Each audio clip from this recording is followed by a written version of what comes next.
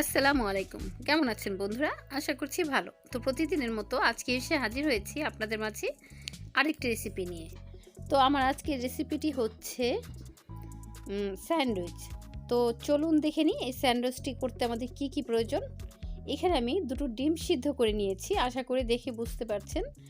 আর একটি আলু, অর্থাৎ একটি বড় আলু সিদ্ধ করে নিয়েছি 4 পিস করে, এবং একসাথে ম্যাশ করে নিয়েছি দুটোকে। ডিম এবং আলু দুটোই ম্যাশ করে নিয়েছি। আর এখানে একটি শুকনো মরিচ ভেজে নিয়েছি।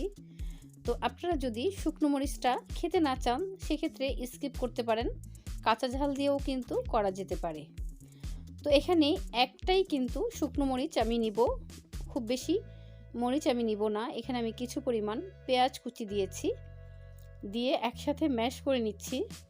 দেখতে পাচ্ছেন মরিচ এবং লবণ এবং পেঁয়াজ ম্যাশ করে নিচ্ছি একত্রিত।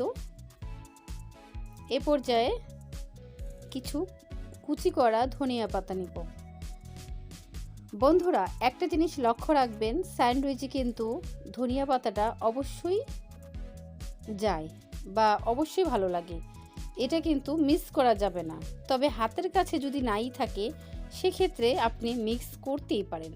আর এখানে দিয়ে দিলাম খানিকটা কালো গোলমরিচের গুঁড়ো, এটা কিন্তু আমার বাসায় তৈরি করা।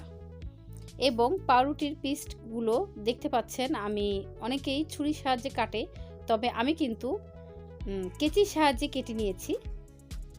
তবে কেটে নিয়ে উপরে সস দিয়ে নিলাম, এটা কিন্তু চিলি সস, ঝাল হবে খুব।